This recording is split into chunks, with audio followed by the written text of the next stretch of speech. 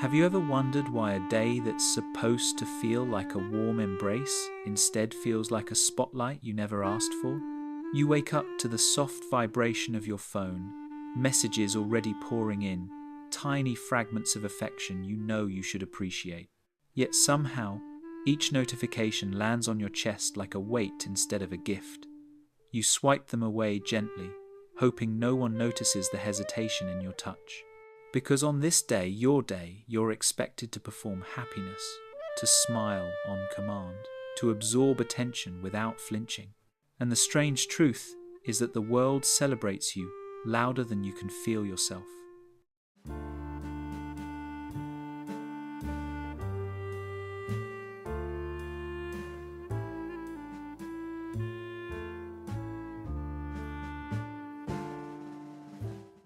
You watch people whose birthdays seem to glow.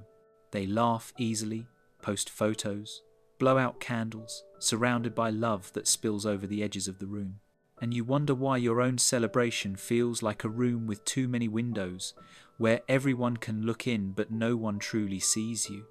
There's a heaviness in pretending that you're excited, blowing out candles with a wish you don't believe in, accepting calls where your voice lifts artificially just to match the moment.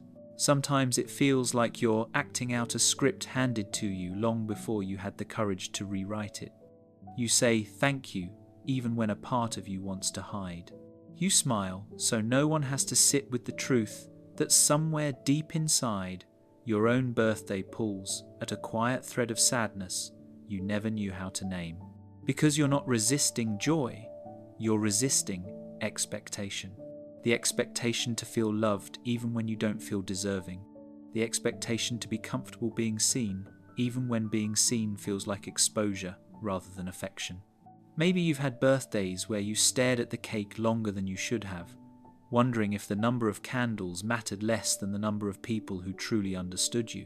Or maybe you learned to downplay the day so no one would have the chance to disappoint you. You tell people it's just another day, but a part of you still flinches at how easily you learn to make yourself small.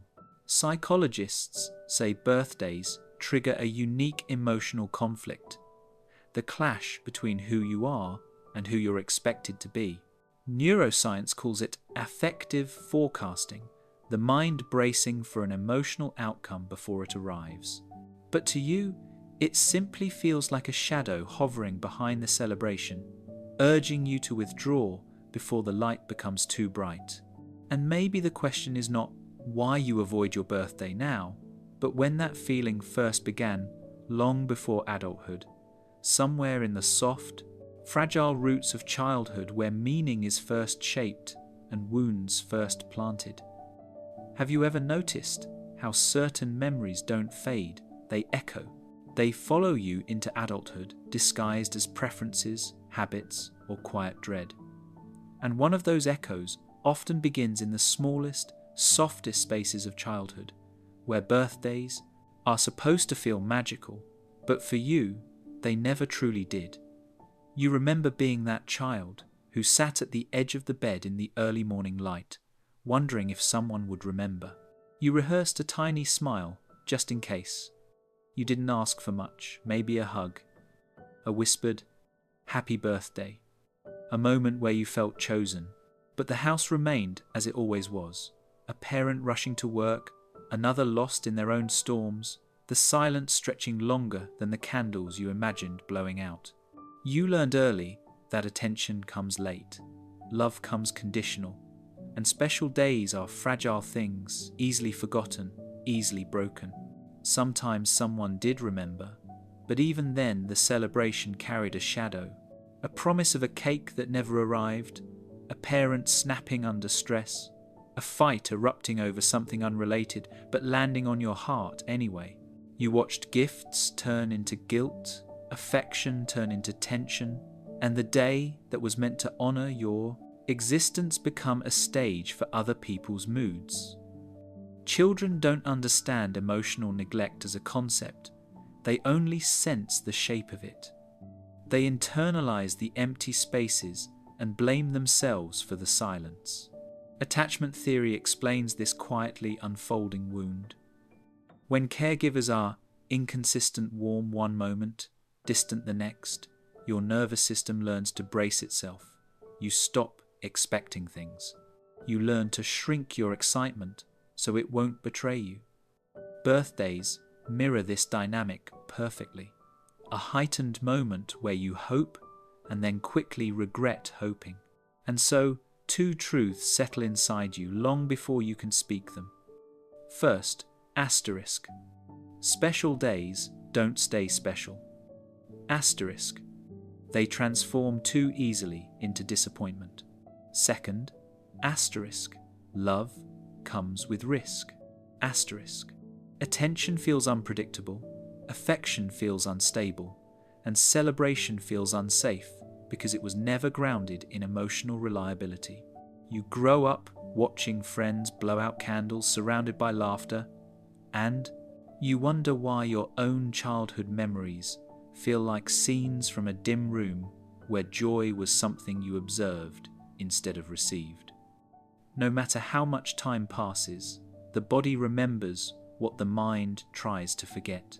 Neuroscience calls this emotional imprinting, the nervous system storing patterns of anticipation and avoidance. And so, without realizing it, the child who sat quietly waiting becomes the adult who no longer waits at all. What began as a wound becomes something else, a mask, a habit, a survival strategy you carry into every birthday that follows. Have you ever noticed how easily you can smile on a day when your heart feels strangely absent? It's almost effortless now. The gentle curve of your lips, the soft thank you you've practiced 1,000 times, the way you angle your face just right so no one notices the shadow behind your eyes. By adulthood, your birthday becomes less of a celebration and more of a performance, and you become the quiet actor, playing a role you never auditioned for. You tell people you don't want anything. You shrug off plans, call yourself low maintenance, say you prefer something small. But beneath the surface, there's a familiar tension, the same tension that lived in your childhood chest when you hoped for too much and received too little. Now, you preempt disappointment by lowering the spotlight on yourself before anyone else can dim it for you. You pretend indifference because it feels safer than desire. When someone insists on celebrating you, you feel a strange mix of gratitude and guilt. It's as if their effort reveals something you've hidden, that being cared for makes you uncomfortable, that attention feels too bright, too exposed. You laugh it off with a joke about hating birthdays, but humour becomes the oxygen mask you wear to avoid suffocating in vulnerability. You disappear into the background of your own life, becoming the shadow at your own celebration. Maybe you've found clever ways to dodge it, planning a work day so you're too busy, taking a quiet trip alone, switching off your phone, or letting the day pass like any other. People think you're simply private or introverted, but the truth is softer and more complicated. You're not avoiding celebration, you're avoiding expectations. You're avoiding the possibility of that old ache, returning the ache of not feeling loved enough, or worse, of feeling loved in a way that doesn't reach you. Attachment wounds don't vanish with age, they adapt. Neuroscience calls it emotional avoidance, a protective strategy formed when your nervous system learned that needing something might lead to pain. So you build a mask out of calmness, independence, and it's not a big deal, while inside, a quieter truth trembles. Receiving love feels riskier than giving it. And so, the adult version of you becomes a poet of self-protection. You celebrate others beautifully, but treat yourself like a footnote. You keep your joy small, your expectations smaller, and your presence almost invisible when the calendar circles back to your name. But to understand why this mask fits so tightly, why your body tenses at joy and relaxes only when the day ends, you have to look beyond behavior and into the hidden machinery of the mind. The psychology behind these patterns tells a deeper story, one written not in celebration, but in survival.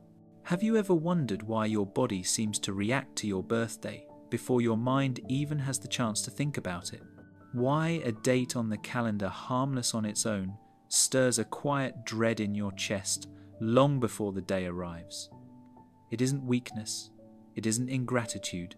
It's biology, memory, and conditioning woven together in a way you rarely get to see. Your brain is a storyteller, and it learns patterns with brutal efficiency. Neuroscientists call it emotional memory, the process by which your nervous system stores the feeling of an experience long after the details fade. If your early birthdays were chaotic, lonely, unpredictable, or disappointing, the limbic system recorded that emotional tone like a soundtrack. And every year, when the date returns, the brain presses play again. You're not reacting to the present moment, you're reacting to the ghosts of birthdays past. Another mechanism quietly shaping you is affective forecasting. It's the mind's habit of predicting how you will feel in the future, especially in emotionally charged moments. If you once learned that celebrating yourself leads to pain, your brain tries to protect you by assuming disappointment before it even arrives. This anticipation alone raises cortisol levels, the stress hormone, making your body tense, your chest tighter, your thoughts heavier. You feel drained not because something bad is happening, but because your mind is bracing for impact. Studies on emotional neglect reveal a striking pattern. Children who grow up minimizing their needs develop a heightened sensitivity to attention. Being seen feels threatening. Being celebrated feels foreign. You learn to stay small, unnoticed, unburdening. And now, when the spotlight turns toward you, even gently, your protective system activates like an alarm. The limbic system, especially the amygdala, interprets emotional attention as risk, not warmth. Psychologists also point to social comparison theory, the quiet pressure that whispers in your mind. Other people have better families, bigger celebrations, more love. Social media intensifies this, flooding your mind with curated happiness on birthdays. Your brain compares your private emotions to everyone else's highlight reels, and, inevitably, you feel as though you're falling short. Then there is attachment science, showing how early relational wounds echo across adulthood. If love once felt inconsistent, your nervous system prepares for inconsistency again. If affection once came with conditions, your body remembers that too. So your birthday becomes less of a celebration and more of an emotional checkpoint where your fears, memories, and unmet needs converge. You're not weak for feeling this way. You are wired for survival, not performance. But beneath the biology and memory lies something even more complex, a darker layer that science alone can't explain, the shadow you've learned to carry, the quiet part of you that avoids celebration because it avoids confronting your own life. Have you ever felt that strange, hollow tension inside you, the one that grows louder the closer your birthday gets?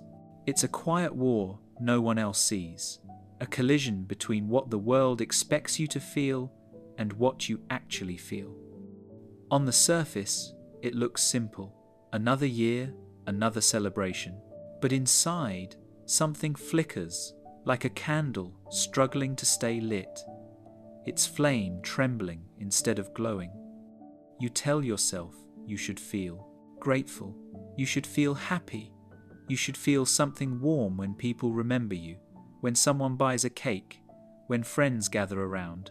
Yet instead, you feel a tightness in your chest, a heaviness behind your ribs, as though you're standing under a spotlight that exposes not your joy, but your emptiness. It's unsettling to be celebrated when you don't feel celebratory, to be seen when all you want is to fade quietly into the day. And then, beneath the discomfort, a deeper emotion rises: guilt. You feel guilty for not liking your birthday, guilty for wanting to disappear, guilty for not matching the script others have written for you. You think thoughts you'd never say out loud: I don't deserve attention. I shouldn't expect anything. If I don't hope, I won't hurt. These beliefs are not random. They are survival mechanisms stitched together long before adulthood, formed by years of disappointment, broken expectations, or moments where love felt uncertain.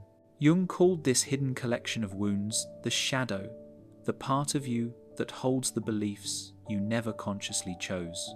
In that shadow lives a version of you who learned that wanting something makes you vulnerable, that expecting love is dangerous, that joy is a fragile thing that can be taken away in an instant. This shadow doesn't celebrate birthdays. It avoids them, mistrusts them, anticipates the pain before anything even happens. On your birthday, this shadow rises quietly. It whispers that receiving attention is risky, that being celebrated exposes the parts of you you'd rather keep hidden, that showing excitement will only invite disappointment. And you listen not because you're weak, but because these beliefs once protected you. They shielded you from the sting of being forgotten, overlooked, or loved inconsistently. But now, in adulthood, they turn inward like a monster that no longer protects you, but keeps you small, quiet, distant from your own life. This is the paradox of the birthday avoider. The more you dread the day, the more guilt you feel for dreading it. The more you try to protect yourself, the more misunderstood you become. And the truth is, these shadows don't form in isolation.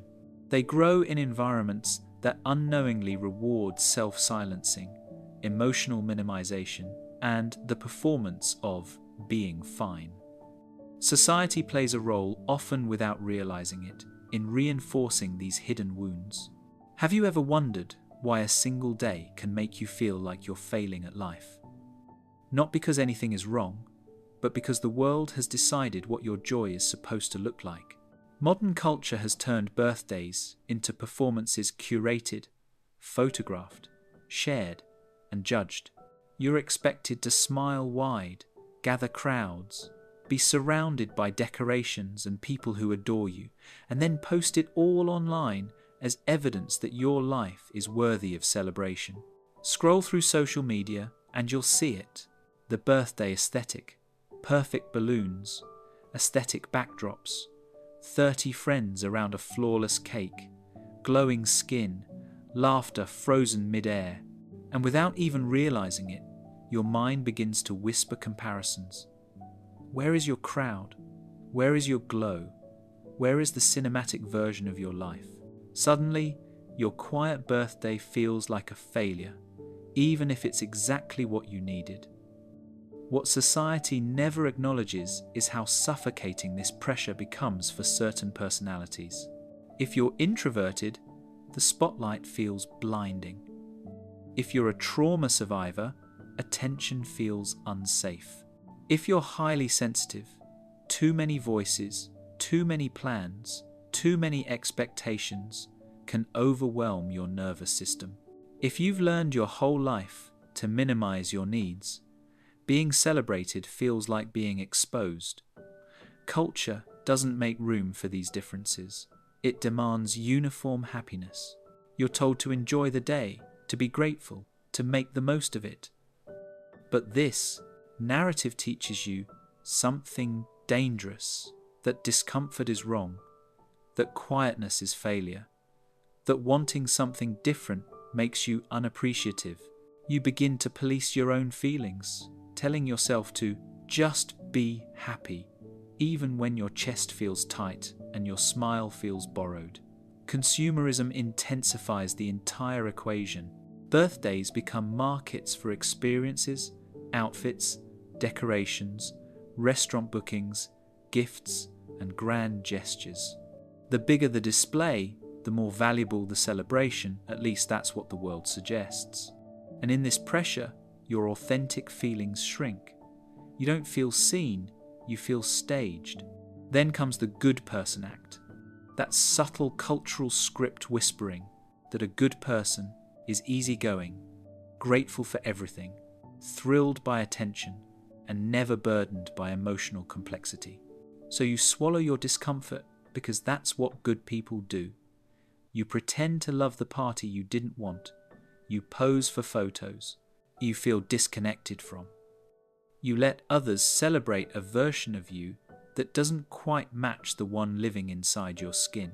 And after years of performing, suppressing, and minimizing, something inside you begins to fray. You feel the emotional consequences not in sudden explosions, but in quiet, persistent heaviness, a weight that gathers each year as your birthday approaches. And this weight doesn't stay quiet forever. It starts shaping your inner world, your relationships, and the way you see yourself, leading to the emotional toll that deepens with time. Have you ever noticed how your birthday doesn't just arrive, it reveals? It pulls emotions from the corners of your chest that you spend the rest of the year keeping quiet. It's strange how one date can hold so much weight, how it can amplify loneliness, fear, resentment, and the quiet ache you've become so skilled at hiding. A birthday is not just a day, it's a mirror, and sometimes what you see reflected back feels heavier than the candles burning on the cake. You move through the day pretending it doesn't matter. You smile when someone remembers, shrug when someone forgets, and act unfazed when plans fall through. But underneath, you feel a slow numbness spreading, a familiar emotional shutdown that happens when the heart expects nothing yet secretly aches for something small and sincere. Neuroscientists call this protective withdrawal, the brain's way of cushioning you from disappointment by dulling your capacity to feel in advance. As the hours pass, you feel a strange tension, a conflict between wanting connection and wanting escape. You check your phone less to avoid the sting of silence, and when messages do come, you feel overwhelmed by the pressure to respond with enthusiasm you don't feel. You tell yourself it's fine, that you're fine, but the sadness lingers like a shadow following the shape of your day. And then comes the moment that always feels cinematic, in a way you wish it didn't. The quiet hour just before midnight. You sit alone, maybe at the edge of your bed, maybe by a window, maybe in the soft glow of your phone screen, and you feel both relief and sadness as the day dissolves. Relief that the expectations are finally over, sadness that they ever existed at all. You whisper to yourself, it's just another day. But the heaviness suggests otherwise. For many people, the emotional consequences run deeper than they admit. There's the loneliness that grows when you've spent years convincing yourself you don't need celebration. The pain of rejecting gatherings because gatherings once rejected you. There's the subtle feeling of invisibility, as if your existence doesn't create ripples in the world the way you hoped it would. And then there's the heartbreak of being misunderstood, partners confused by your resistance, friends misreading your quietness as coldness, people assuming you don't care when the truth is that you care too much. When your birthday becomes something you brace for rather than something you welcome, it quietly shapes your relationship with joy, with attention, with love itself. You tell yourself you don't want these things, but your body tells a different story, one of exhaustion, guardedness, and yearning buried beneath years of self-protection. But even in this heaviness, there is a threshold, a soft edge where pain can begin to transform. And as you step toward that edge, the possibility of healing comes into view, opening the door to a different kind of relationship with yourself. Have you ever noticed how the wounds you carried as a child still whisper to you as an adult? How the part of you that once waited quietly for someone to remember your birthday is still waiting not for the celebration, but for the feeling of finally being safe with yourself? Healing begins not with forcing joy, but with understanding that you spent years protecting yourself from disappointment so deeply that even hope began to feel dangerous. There comes a moment, often late at night or in an unexpected wave of clarity, where you realize you've built your life around minimizing your needs. You learn to shrink your desires, to avoid expecting anything, because expectation was once paired with pain. But now, as an adult, that same strategy keeps love at a distance. Healing asks you to do something radical, to soften slowly, without pressure, without theatrics, without pretending you're okay when you're not. Rebuilding self-worth doesn't happen in a dramatic burst. It begins with small, quiet acknowledgements. Choosing to honor your existence in ways that feel authentic, letting your birthday be gentle instead of loud, creating rituals that soothe you rather than overwhelm you. A morning walk, a letter to your younger self, a meal you genuinely enjoy, a moment of stillness where you remind yourself that your life matters even if no one else is watching.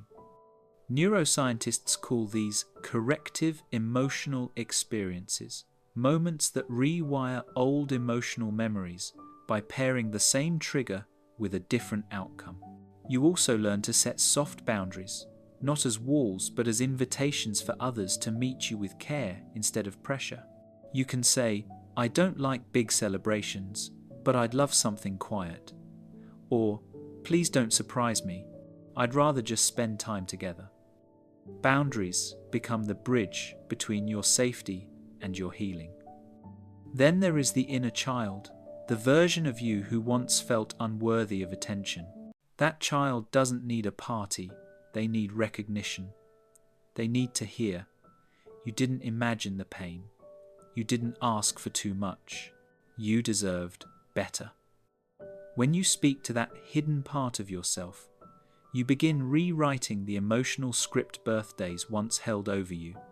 And healing isn't about suddenly loving your birthday. It's about removing the fear from it.